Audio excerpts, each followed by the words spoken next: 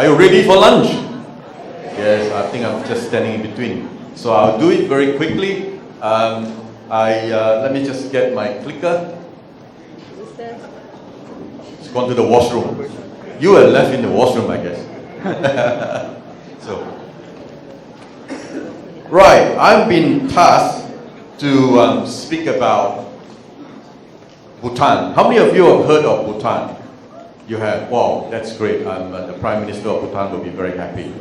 I'm inspired. I'm inspired because my CEO, Mr. Brad Tolman, who is the CEO of the travel corporation that owns Trafalgar, Contiki, Uniworld, and Inside Vacations, has always believed in one thing and passionate about making travel matters, which is so important for us to reduce impact and giving back to the community. And it's with that inspiration that I founded a foundation called Singapore Bhutan Foundation, and that's precisely to do that. But beyond that, I think I just want to share with you some experiences that I've done. I've been to Bhutan for 8 times over the past 8 years. And some of the things that I want to speak about is participative tourism in preserving culture and heritage. How many of you have traveled, you've been there, you do your IG, you do your posting, and 3 days later you've forgotten where you have been? You've been on holiday, you took a lot of pictures, but you've forgotten after 3 days. You don't know where you found those photos, you're all over the place, and you try to figure out, you've forgotten. And that's precisely because you're not connected to the community. Why am I connected to the Philippines? It's because my first holiday after my military service in Singapore was in 1978, and my first destination was to Manila, to Sagada, all the way to Baguio, and I spent 4 nights with the Bontoc tribes in Banawi.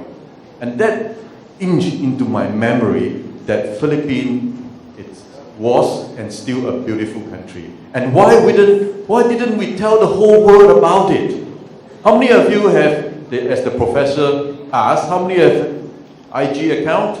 How many have Facebook account? And Twitter? You have, all of you have.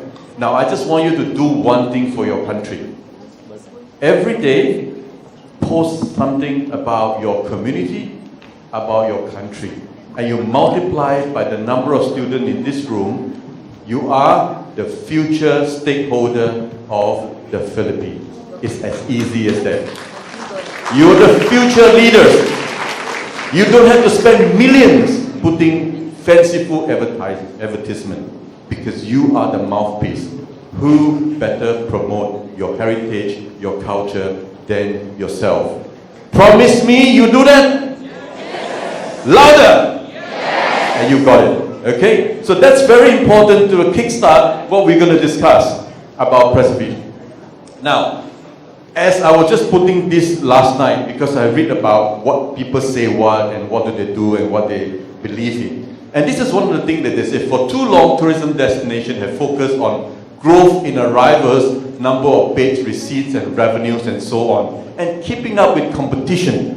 Now what needs to be done for destination is to promote themselves, position themselves as imaginative communities. Neighborhood, cities, region, countries, possibly even continent, and reinforce, build local character, identity and civic prompt with the same time captivating outsiders. So what needs to be done in tourism? Soft target. It's about happiness. Why Bhutan is so successful is because, did I just spend 5 minutes already? He says, I've got 10 minutes left. You took away 10 minutes. Now, it's because when you hear Bhutan, immediately you think about gross national happiness. They measure the success by the happiness of their people, which is so important. Over the years, it has attracted millions in interest about the destination. Travel and tourism stakeholders, and you are the future stakeholders. Leadership in the government, which is so important for you to provide them move. Now, just in case, for those of you who have never been there, it's sandwiched between Tibet, Nepal, China, and the neighbors that is supporting Bhutan is India. So you can see a lot of that. Currently, the careful development is in Paro, Thimphu, Punakha, and now it's going to Bumtham and Laksen, which they built the biggest Buddha statue there. Now, someone mentioned about monuments, about church, about building a monument to remind people. Singapore, Malaysia, Hong Kong, Taiwan funded the development of the largest Buddha statue in Thimphu. I asked the master, why did you build a statue? You've got 100 millions, give it to the people. He said, Robin, if I give it to the people, they spend it and nothing happens. I build a monument, I attract tourism, I attract development, I improve the life of people in the country. So that's something that you've got to remember about development. Just a very quick data, very nice high altitude, beautiful countries, you don't have to fly there. The temperature is perfect. The only time that is pretty cold is probably January, February. But there's a lot of attraction in there. My affinity with Bhutan. It starts in the development from His Majesty the King, who is the real inspiration of preserving the culture and heritage. So you have the top men who believe, preach, and walk the talk every day about the country. The spiritual leader walk and talk about preserving preserving historical sites, and the young people, hang on, too fast. The young men, there you go. The young monks are building. So it's from the top to the it's most senior to the most junior, believing in one common language, preserving the culture, promoting tourism in a sustainable manner. So that language is very clear. The connectivity between government and tourism is very close.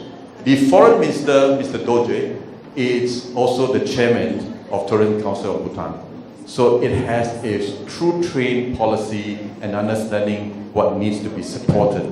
And this is our Mayor of Singapore, these are the two Members of Parliament of Singapore, and this is myself. And together we spend a lot of time sharing knowledge. Not that everything Singapore does is good, is successful. What we're saying is we've done it, take away, tweak it, and apply to your community and work. And Bhutan is changing. You know, when I first went there in 27, they were playing with toys. Today, the little monks are rapping. So instead of chanting Buddhist chants, he's rapping. I said, my God, it's only like 8 years and you've already changed so much. So, you know, it's changing very fast. But in doing so, they preserve that Buddhist thing that, you know, people go there to see. And I wrote a lot of articles in Mandarin about why I go back to, I do a lot of talks in Singapore in sharing with them about preservation. Now, delivering authentic experiences is one of the key features that they do, and they do very well with it. And constantly asking people to add Bhutan onto the passport, which is very important. The pride. Now, we talk about single-use plastics. Now, everybody is talking about it. 20 years ago, Bhutan has already banned plastics. So you won't get plastics in the area, and that's the way to promote sustainability. The connectivity to happiness index. This young accountant and myself founded a cottage industry, and there's a reason why I encourage you to engage tourists, to work with the community, to improve lives. And I found out that the divorce rate in Bhutan is going up. I said, how can that be? When you have the gross national happiness index so high, why do people get divorced? Because there was no job opportunities. And therefore, problem arises. So a group of us, we decided to help to form a cottage industry, to make scarves, to improve the quality, and so that, and I was sharing with Eileen yesterday, I helped them to form a business with the president, with the treasurer, with the secretary, and it gives importance to the community. So for me, that is really giving back. Now, one very important aspect of the tourism success in Bhutan was the constant renewal of tourism policy on a regular basis. And this is just being done on a daily basis. The Prime Minister himself walked the talk. He cleaned up. You know, when I went to his home, he was cleaning his garden. I said, where's your gardener? He said, if I don't clean the garden, how I know the garden works. So he does it very regularly. He is a urologist at night, Prime Minister at daytime. So he does operations. So he's walking the talk. So the policy, here are some key takeaways which I hope you can share. Rationalize of airfares needed. Participation, be mindful of retaining Bhutan's unique culture, resolving issue with seasonality, lack in skilled workforce and train opportunity for guides, waste management, and other tourism products in that area. So it's very focused, very strategic. Some of the models, which I don't think we have time to go through now, you can actually ask for these slides. Please give it to them so that they can share in the schools about the natural involvement and how hotels provide high quality experience. And the Tourism Council of Bhutan work closely with Handicraft Association of Bhutan to support local artisans in generating revenue income for tourism activities. So there's a lot of engagement. It's all about engagement. It's all about understanding the future. Licensing. I think one of the key things we talk about the tour guide. The professor was talking about the experience of a tour guide. The tour guide are the key stakeholder. Why are we engaging someone else when the people who deliver experience are the tour guides? The tour guides are important people. The Tourism Council of Bhutan meets the tour guides to strengthen collaboration. In fact, they meet it so often that the tour guide become the mouthpiece of the tourism sector because they are the ambassadors. When a foreigner visits the country, the first person he engaged is the tour guide. If the guy looks sloppy and not knowledgeable and not knowing how many kilometers you have to climb, you're giving all the wrong information, it gives a wrong impression. So it's very important that the first person to connect with.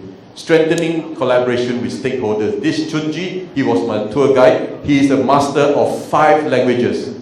And he is just fantastic. So, ladies and gentlemen, somebody mentioned about losing jobs and maybe technology and AI will take away your job. Trust me, I don't believe machines can replace human. You need high tech, but you need high touch. And you are the people who provide that high touch. Believe me, you'll have a good future. Okay? Just a little bit on Singapore. As we plan, Singapore is a tiny island. Many of you have been there. This is our latest future of Singapore, which is the green corridor that connects the whole island. I'm a cyclist, I just did the 120 kilometers round island. And despite the fact that there are space constraint in Singapore, we're able to free space for green and preserve those heritage. And this is the greatest excitement. It was just announced in last week, National Day. It is the Greater Southern Waterfront. In the next 10 years, when you go to Singapore, when the Keppel shipyard move, it will be the new playground in Singapore. So we constantly renew and while preserving the culture. So I will not finish everything, but these are some of the slides that